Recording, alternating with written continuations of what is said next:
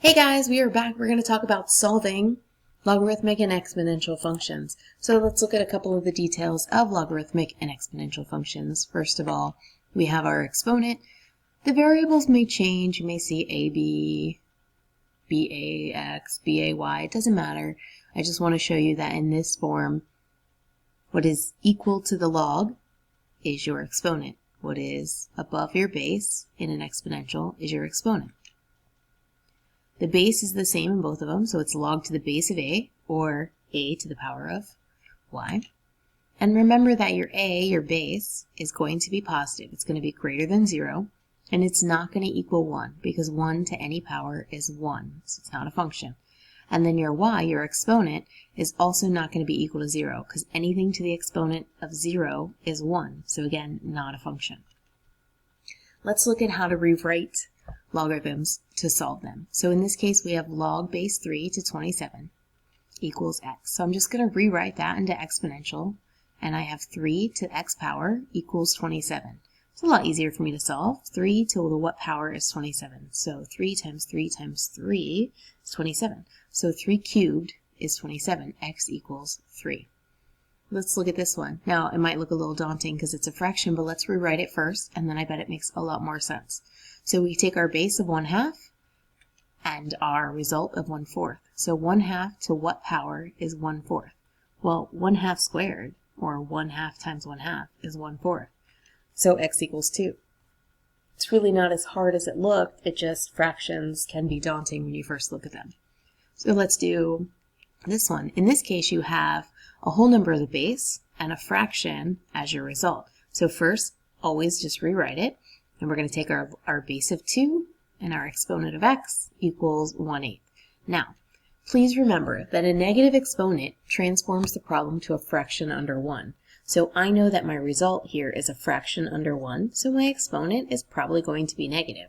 So looking at a similar example, 2 to the negative 2 power is the same as writing 1 over 2 to the 2 power, or 2 squared. So that would be 1/4, right? So I know that negative puts this under 1. So this fraction here tells me that this exponent is negative. So now, knowing that it's in a fraction form, knowing that it's negative over here, I just have to say 2 to what power is 8? So 2 times 2 times 2 is 8. So my x is negative 3.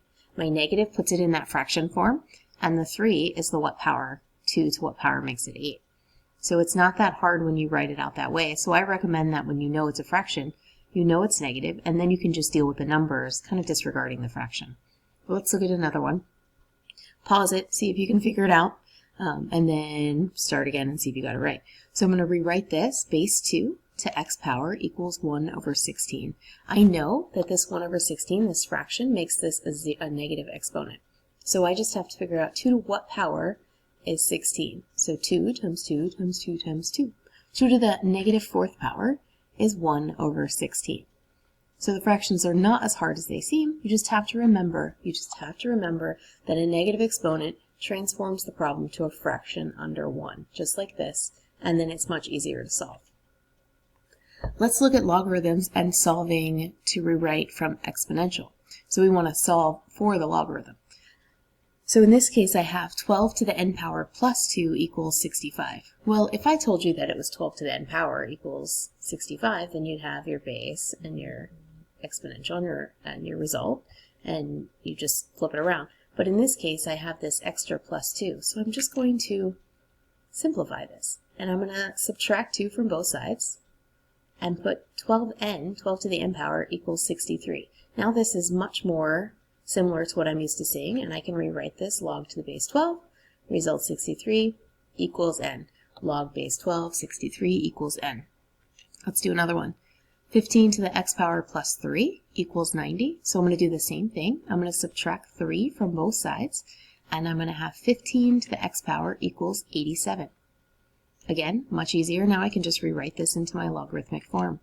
Log base 15 to the 87 equals, and I wrote n, I apologize, that's a typo, it should be x. And then 10 to the b power minus 8 equals 83. I'm just going to add 8 to both sides. So I'm going to have 10 to the power of e equals 91. Then I rewrite that into my logarithmic form. Log base 10, 91 equals n. Now, the base 10 logarithm is called the common logarithm. It's written with the base 10 implied, so you'll often see log 10 91 equals n written as log 91 equals n. So if you ever see a logarithm with no base number, it's 10. The base 10 is implied. It's a common logarithm. Let's look at solving exponentials with the same base. So here I have 5 to the negative n power equals 5 to the 4th power. If the bases are the same, then essentially the exponent equals the exponent, right? So 5 to this power equals 5 to this power. Well, this power has to be the same. So I'm just going to disregard my bases and rewrite my exponents. Negative n equals 4. And then that's pretty simple to solve there. I can divide both sides by negative 1, and I have n equals negative 4. Let's look at this one. That's 3 to the negative a. That looks quite like an n, or like a 9. Sorry about that. 3 to the negative a equals 9. So I'm just going to make those bases equal. I didn't have a 3 to something on the right side, but if you look at this, 3 squared is 9, right? So I'm going to rewrite this as 3 to the negative a equals 3 squared. And then I can just set my exponents equal to each other. Negative a equals 2. Again, dividing both sides by negative 1 gives me a equals negative 2. So sometimes they'll give it to you in a number equals an exponent, and that's fine. Just find your common base. So now I have 3 to the negative r equals 3 to the negative r minus 2.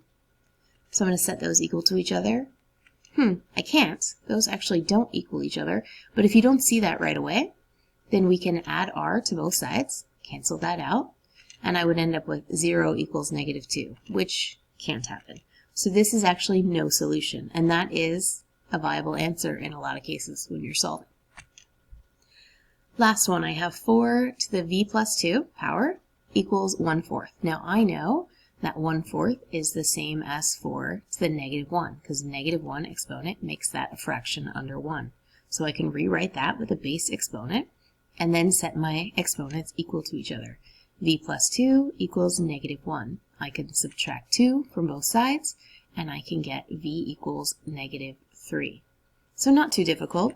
Looks like a lot of steps, but then you start doing it and realize it's pretty simple math. Let's solve logarithms with the same base. So again, I have log base 11 to the 4p plus 8 equals log base 11 to negative 4p. Now, if the bases are the same, then the result equals the result. It's the same process, right? So I'm just going to disregard those log bases and put my 4p plus 8 equals negative 4p. I'm going to subtract negative 4p from both sides, and I'm going to have 8 equals negative 8p. Then I'm going to subtract negative 8 from both sides, and I'm going to end up with p equals negative 1. P equals negative 1. Let's do another one. Log base 7 to 4m plus 5 equals log base 7 to 5m. My log bases are the same, so I'm going to set my results equal to each other. 4m plus 5 equals 5m. All I have to do in this case is subtract 4m from both sides, and I'm going to have 5 equals m. I'm going to rewrite that just so you can see that's how it would be written, was m equals 5, but you wouldn't rewrite that, you'd be done and circle it and move on your way. So log base 16 to 5n equals log base 16 to 2n plus 9. Again, my log bases are the same, so I'm going to set my results equal to each other. I'm going to have 5n equals 2n plus 9. I'm going to subtract 2n from both sides and have 3n equals 9. Now I'm going to divide both sides by 3, and n equals 3. This is not looking as hard, right? So log base 5 to 5x plus 6 equals log base 5 to negative 3x minus 2.